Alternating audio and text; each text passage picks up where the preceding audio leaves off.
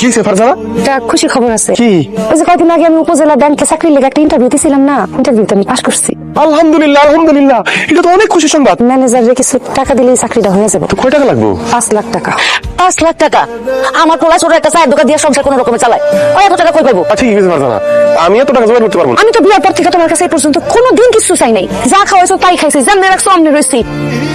আমার এই চাকরিটা যদি খালি না হয় আখিরা বাদ, তোমার সংসারে আমি লাথি মাই 2 চোখ যেদিকে চাই দিকে জানো।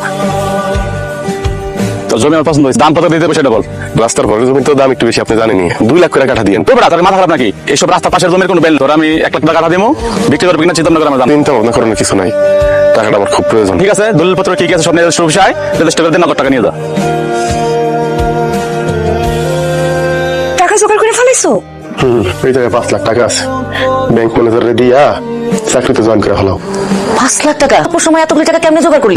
ওই যে উত্তর পাড়া রাস্তার পাশে যে জমিটা আছে না, ওইটা বিক্রি করে ফেলাইছি। তোর বাপের রাইখা যাওয়া শেষ স্মৃতি জমিটা, ওই ধানি জমিটা তুই বেচা দিছস? এখন তো আমার ভিটা বাড়ি ছাড়া আর কিছুই হলো না রে বাবা। আম্মা, আম্মু তো কাজে যাইতেছি, আমার জন্য অনেকগুলো চকলেট নিয়ে আসবে, ঠিক আছে? আমার কিছু লাগবে না, আমি তোমার সাথে যাবো। ওমা, নাতনিটা যে কান্নাকাটি করতেছে, তুমি যাওয়ার পর তো কানতে কানতে অসুস্থ হয়ে যাবো। আমার কিছু হইব না, আজকে চাকরির প্রথম দিন, ও তো দেখে অভ্যস্ত না। কয়দিন যদি দেখে যাইতাছি ততদিন অভ্যাস হয়ে যাবে। মা, আখিরে ঘরে নিয়ে যাও তো।